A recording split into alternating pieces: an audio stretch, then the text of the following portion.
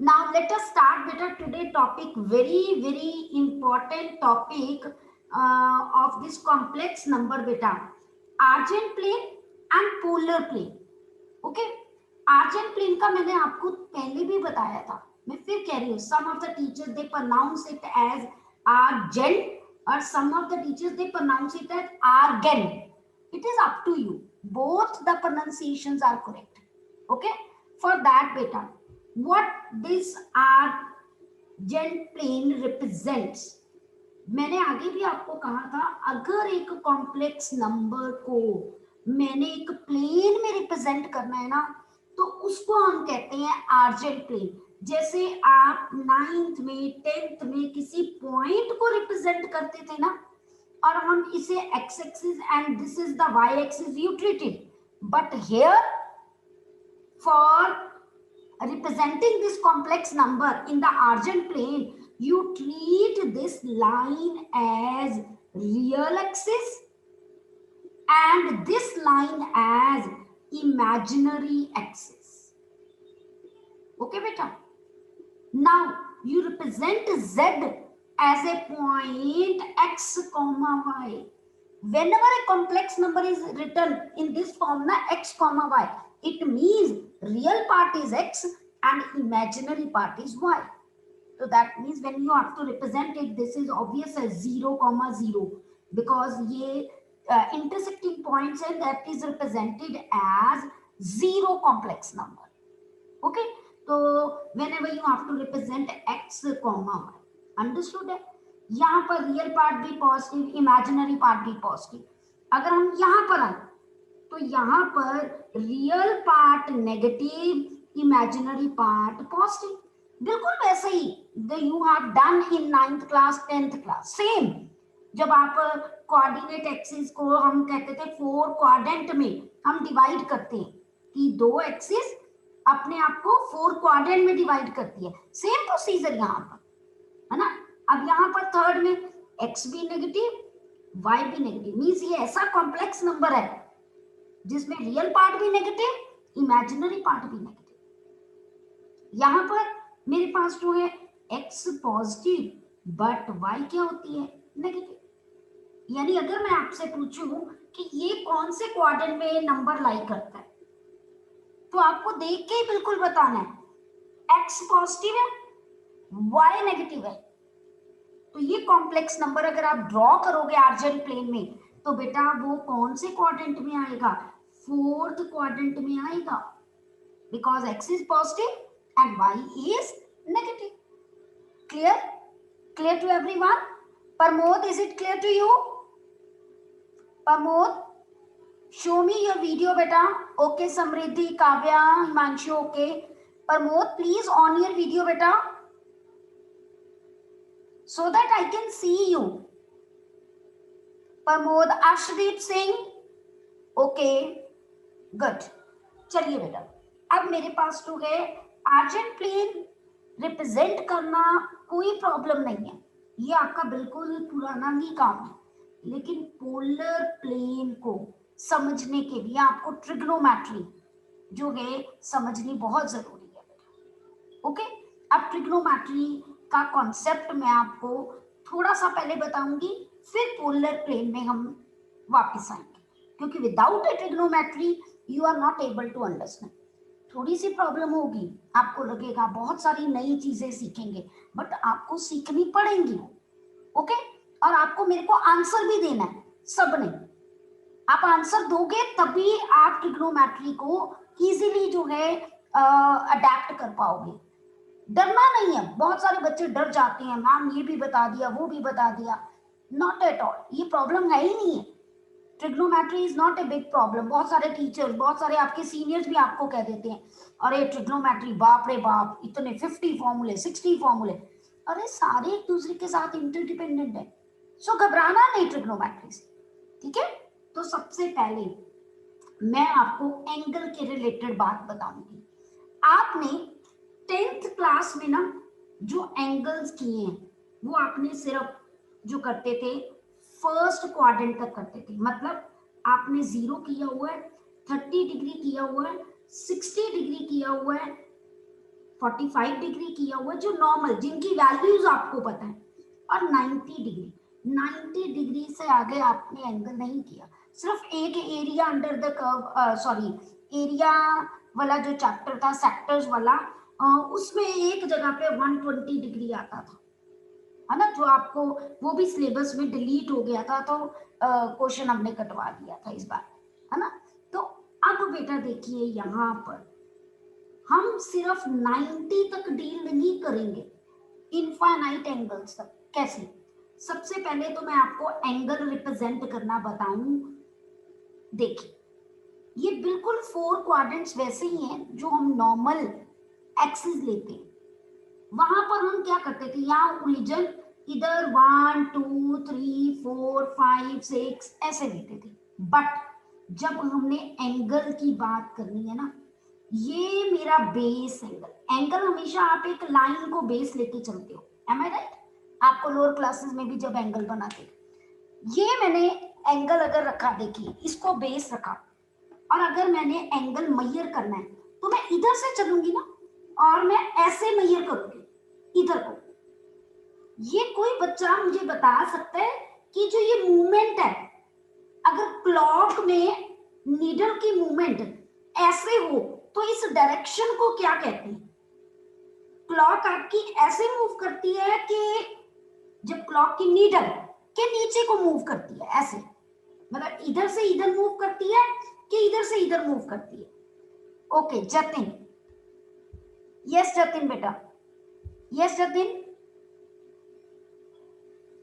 Clock में वैसे anti clock में क्लॉकवाइज घूमती, बट इधर एंटी क्लॉकवाइज इधर। यस यस बिल्कुल करेक्ट। अच्छा, जिनको नहीं क्लियर है ये चीज, मैं आपको बताती हूँ। हमारे पास जैसे क्लॉक में ये 12 होता है ना, तो नीडल यहाँ पर है, तो इसके बाद जब नीडल ऐसे ऐसे नीचे जाती है, तो हमने इस डायरेक्शन को ना एक स्टैंडर्ड डायरेक्शन माना हुआ है। हम कहते हैं अगर नीडल ऊपर से ऐसे नीचे आ रही है तो दिस इज क्लॉकवाइज डायरेक्शन। लेकिन अगर नीचे से देखो क्लॉक के उल्टी डायरेक्शन में जा रही है, उल्टी डायरेक्शन में, तो इसे हम कहते हैं एंटी क्लॉकवाइज डायरेक्शन।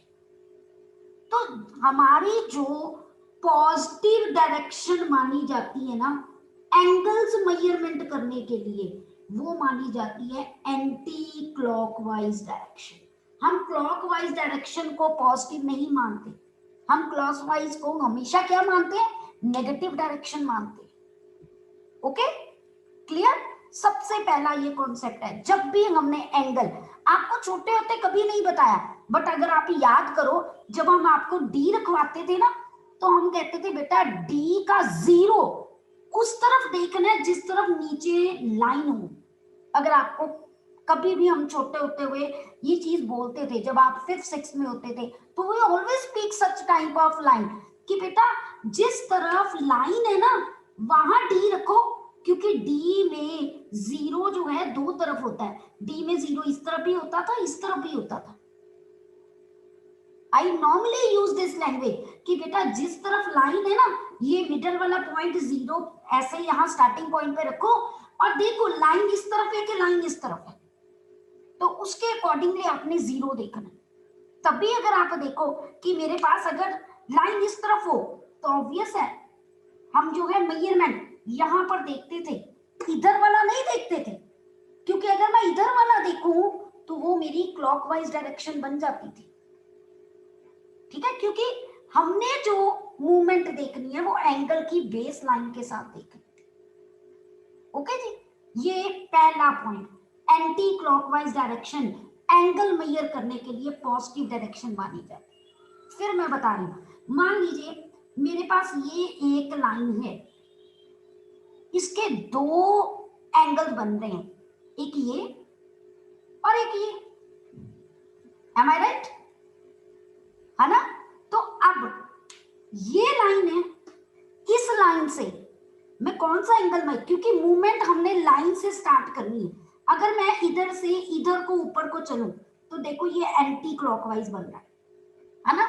लेकिन अगर ये लाइन है, लाइन से चल रहा है ना, लाइन से मैं इस तरफ चलूं तो बेटा ये तो क्लॉकवाइज हो गया, तो ये डायरेक्शन कौन सी होगी मेरी? उल्टी। बच्चे कई कहते हैं मैम हम इधर से इधर को चल जाते हैं, हुई तो एंटी। गलत है, मैंने आपको कहा बेस लाइन से स्टार्ट करना है। ओके, हमें कहां से स्टार्ट करना है? बेस लाइन से। बेस लाइन से स्टार्ट करके हमने दूसरी लाइन तक पहुंचना है। अगर मैं इधर से इधर स्टार्ट करके जाऊं तो खुद देखो, जिस तरफ क्लॉक की नीडल मूव करती है ये उसी तरफ मूव कर रहा है, लेकिन यहां पर बेस लाइन यहां है और एंगल तक पहुंचना है, एंगल वाली लाइन तक। तो देखो ये बना ना एंटी क्लॉकवाइज, तो ये मेरी जो है पॉजिटिव डायरेक्शन है, this is my positive direction. Okay बेटा, पहली बात। अब दूसरी बात, हमने आपको डायरेक्शन की बात कर दी मैंने। अब बेटा हम 10th तक सिर्फ एंगल जो है ना वो सिर्फ 90 तक ट्रीट करते थे, यहां तक। ये जीरो बेस है और ये 90 डिग्री। अभी मैं डिग्रीज में बताऊंगी, बाद में आपको एक और यूनिट बताऊंगी एंगल मेजर करने का, ठीक है। पर अब क्योंकि अब हम बड़े हो गए हैं तो हमने आगे भी चीजें सीखनी है, तो अब हमारे पास एंगल सिर्फ 90 तक नहीं रहता, ये 90, ये भी 90, तो ये रिप्रेजेंट करता है 180 डिग्री। आगे फिर ये 90 एंगल, तो 180 में 90 ऐड कर दिया तो ये कितना हो गया? 270 डिग्री। यानी इधर से मेजरमेंट कर रहे हैं, देखो एरो इस तरफ वापस जाता है पूरा साइकिल, तो ये किसको रिप्रेजेंट करेगा? 360 डिग्री को भी। ये लाइन 0 को भी रिप्रेजेंट करती है, 360 को भी। नो डाउट 360 से आगे भी एंगल होते हैं, पर वो फिर सेम उसी, मान लो कोई पर्सन यहां पर है, ये उसकी लाइन है, मैंने एक तो मेजरमेंट यहां से इतना हो गया, दूसरा अगर मैं सर्कल कवर करके 360 के बाद फिर यहां पर आऊं तो वो सेम पोजीशन पे ही होगा बेटा।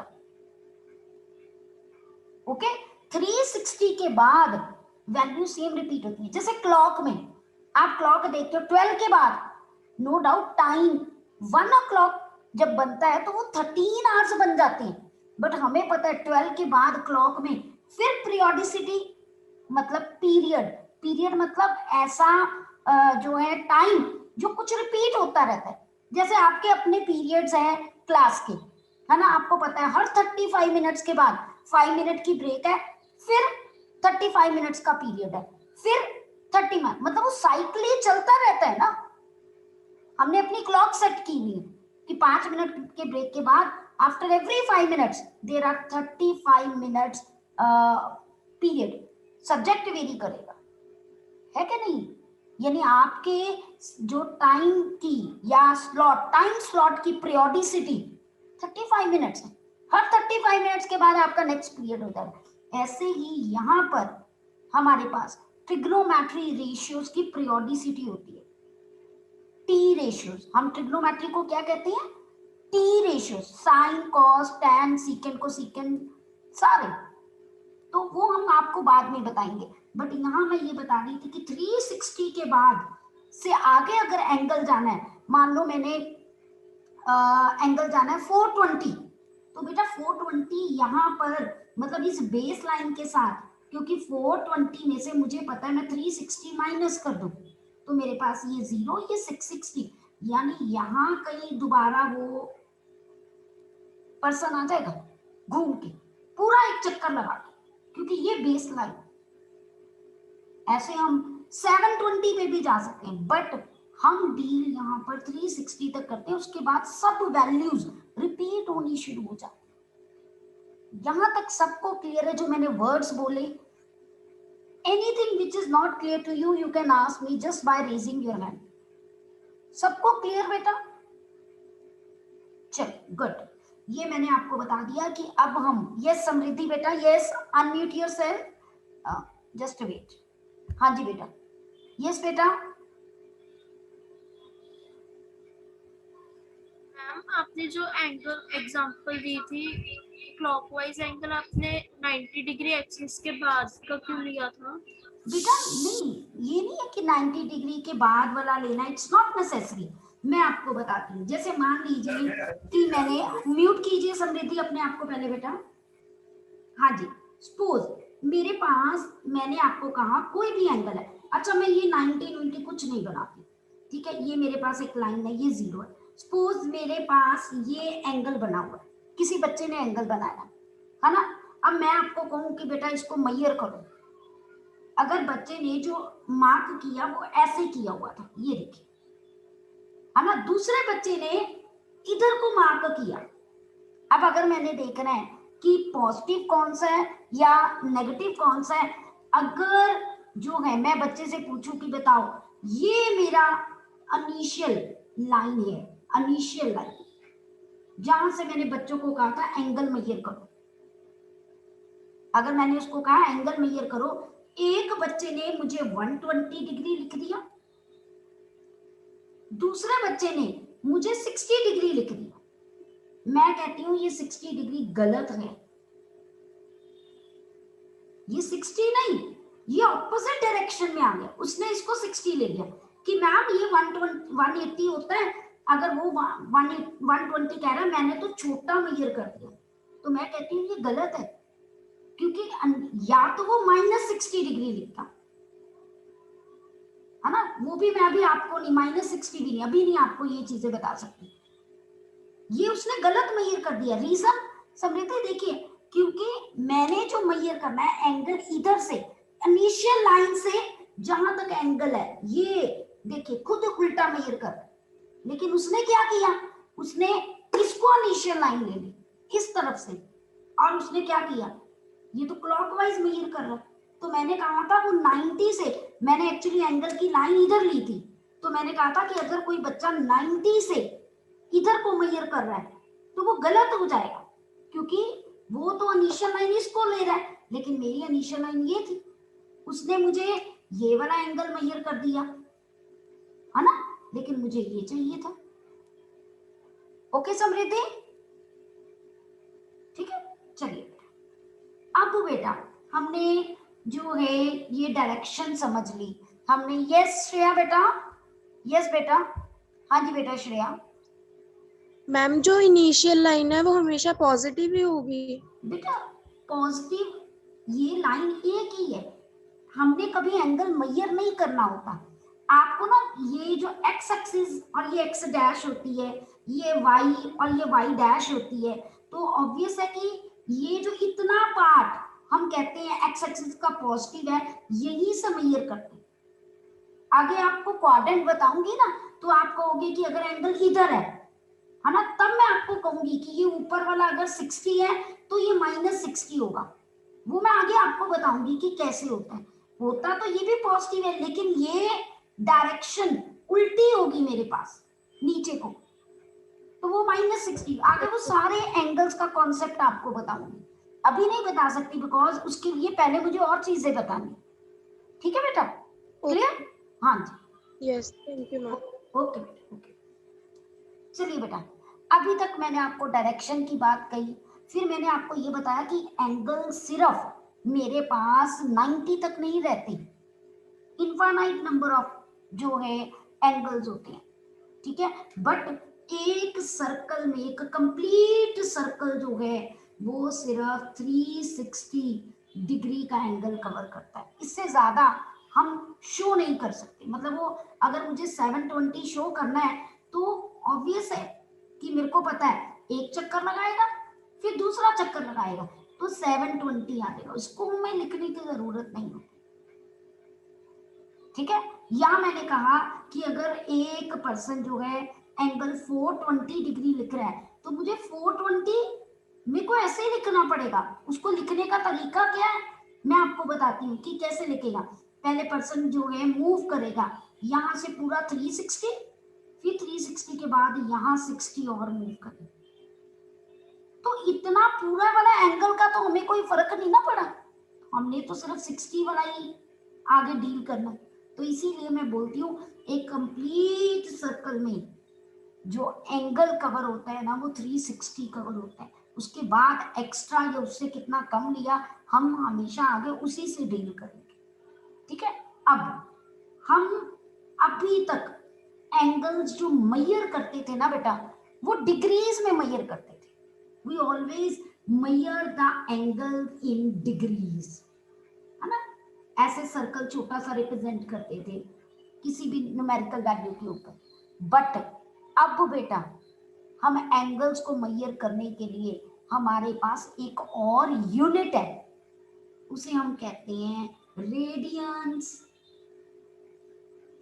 ओके जी, उसे हम क्या कहते हैं? रेडियंस।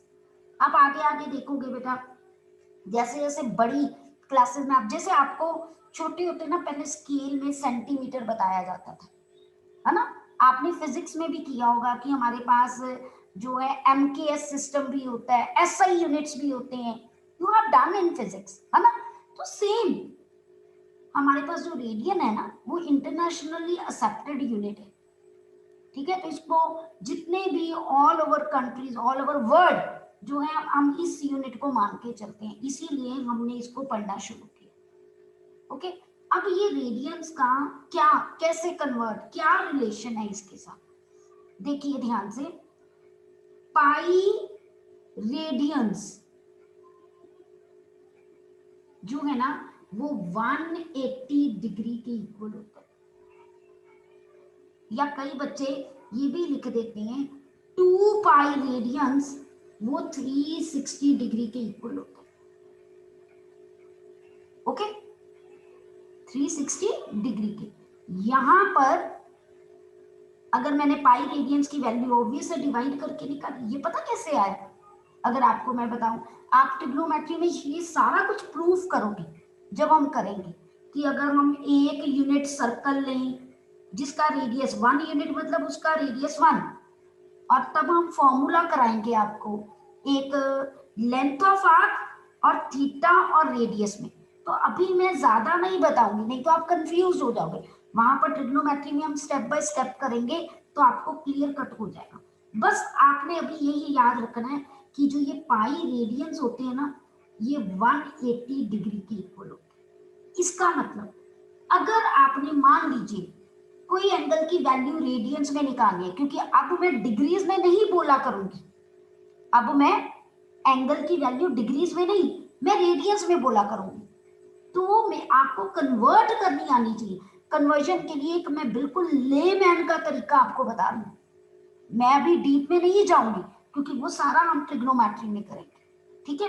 उसके लिए हमने क्या करना है बेटा, देखिए सबसे पहले अगर आपको 30 डिग्री दिया, मैंने लिखा पाई, पाई कितना है? 180 डिग्री के इक्वल। अगर आप रफली देखो तो ये 180 है, 180 को किससे डिवाइड करूं कि 30 बने? 6 से, ये रेडियंस के इक्वल। यानी 30 डिग्री को मैं पाई बाय 6 रिप्रेजेंट करूंगी, 30 डिग्री को। 60 डिग्री पाई बाय 3 रेडियंस, सारी वैल्यूज आपको आनी चाहिए। 90 डिग्री बता सकता है कोई? हाँ जी, just raise your hand to tell me. 90 degree. Okay, Pulkit, yes Pulkit Arora बेटा, yes. Pi by 4। Pi by 4। ध्यान से पुलकित, अगर पाई 180 है, 180 को किससे डिवाइड करूं? Pi by 2। Yes, pi pi by by 2, बिल्कुल करेक्ट, ठीक है जी। अब देखिए अगर मैं आगे चलूं, अच्छा अगर आपको ऐसे नहीं पता चलता है ना, मैं आपको और एक तरीका बता देती हूँ। आपको पाई रेडियंस आपको पता है 180 डिग्री की, है ना? मान लो आपने 60 बनाना है, तो 60 को बनाने के लिए 180 से किससे डिवाइड करो? सिंपल सी बात है, आप 60 करना है आपने, तो यहाँ 60, ये 3, यानी इधर 3 से कर रहे हो तो इधर भी 3 से कर दो। ये लीजिए, आ गया ना अपने आप। एक दो बार लगेगा और याद हो जाता है, ये देखिए। अच्छा, इसी से अगर मैंने 90 बनाना है, 180 से 90 बनाना है, तो मैं क्या करूंगी? 180 को 2 से डिवाइड करूंगी, तो इधर भी 2 से ही करूंगी। ओके जी। अच्छा 45 डिग्री सोचिए। ओके दिव्यांशी, यस बेटा 45 डिग्री। बताइए। Ma'am pi by 4 radian. Yes, बिल्कुल सही, pi by 4 radians. Very good, अपने आप बन जाएंगे आपके। अच्छा, अब अगर मुझे बनाना है, आपको लगता है 120 डिग्री, सपोज 120 डिग्री आप चाहते हो, ये 180 तो एक्स्ट्रा है ना, ये एक्स्ट्रा ही है ना, आपको नहीं समझ आ रहा कि ये कैसे करना है, आपको 120 नहीं ब्रेक हो रहा, तो क्या मैं आपको इजीली बता देती हूँ, 60 का पता है ना, पाई बाय 3 होता है। अगर आपसे ये चीज ब्रेकेज नहीं होती है, आपको 60 का पता है ना, तो वो क्या होता है, पाई बाय 3। तो मुझे पता है कि 120 का मेरे पास क्या बन जाएगा, 2 पाई बाय 3, वहां से ले लो। क्विक क्विक आंसर होना चाहिए। हमने ये 3-4 लर्न किए हुए हैं। अगर कोई मेरे से पूछे 15, मुझे पता है 30 पाई बाय 6 होता है, 15 30 का हाफ होता है ना, होता है कि नहीं, तो मैंने इसको हाफ कर दिया, पाई बाय 12। वहां लेके नहीं बैठना कि मैं pi radian is this, not at all, smart बनना है हमने। अच्छा, अगर मैं आपसे पूछूं 2 to 1/2 degree is equal to how much radians, बता सकते हो? 2 to 1/2, दिव्यांशी से अलावा कोई? हाँ जी, okay, Himanshu, yes Himanshu, 45 degree का हाफ। बिल्कुल, तो बोलो ना, पाई बाय 8, पाई बाय 8 ही बोलोगे ना बेटा। ओके, क्लियर बेटा, सबको बात समझ आई? Any doubt to anyone mind, तो you just raise your hand, किसी के माइंड में, सबको क्लियर है?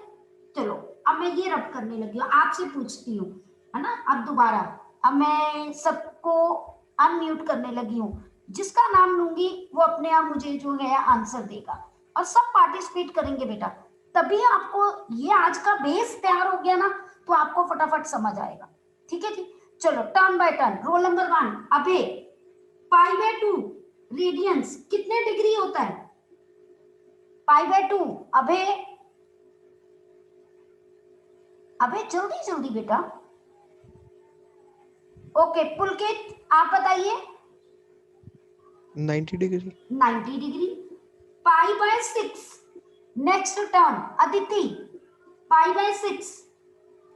30 डिग्री। वेरी गुड, मैं आपको बताती हूँ मैं कैसे सोचती हूँ, मैं ना पाई की जगह फटाफट 180 पुट कर लेती हूँ, मैं पाई की जगह क्या पुट कर देती हूँ, 180, 180 डिवाइडेड बाय 6। अगर रेडियन से डिग्री में जाना है, अगर रेडियन से डिग्री में जाना है, तो मैं पाई की जगह पे 180 पुट कर लेती हूँ। मैं फिर बता रही हूँ, अगर रेडियन से मैंने डिग्री में कन्वर्ट होना है, एक शॉर्टकट है ये, मैं सीधा पाई की जगह 180 पुट कर देती हूँ, और जो आंसर आता है वो मैं लिख देती हूँ। ठीक है, चलिए नेक्स्ट बेटा, pi by 8। Next turn Arshdeep Singh, pi by 8। अरे नहीं भी आता कोई बात नहीं बेटा, 22.5 डिग्री। ओके 22 1.5, बिल्कुल ठीक है। क्यों, मैंने पता कैसे याद किया, मैं आपको बताती हूँ, मैंने पाई बाय 4 याद किया हुआ है, मुझे पता 45 होता है, तो मैंने एक 2 और लगा दिया, तो 22 1/2, बिल्कुल ठीक है। ठीक है जी, नेक्स्ट आर्यन जो है मेरे पास, pi degree, pi radians, Aryan तलवार,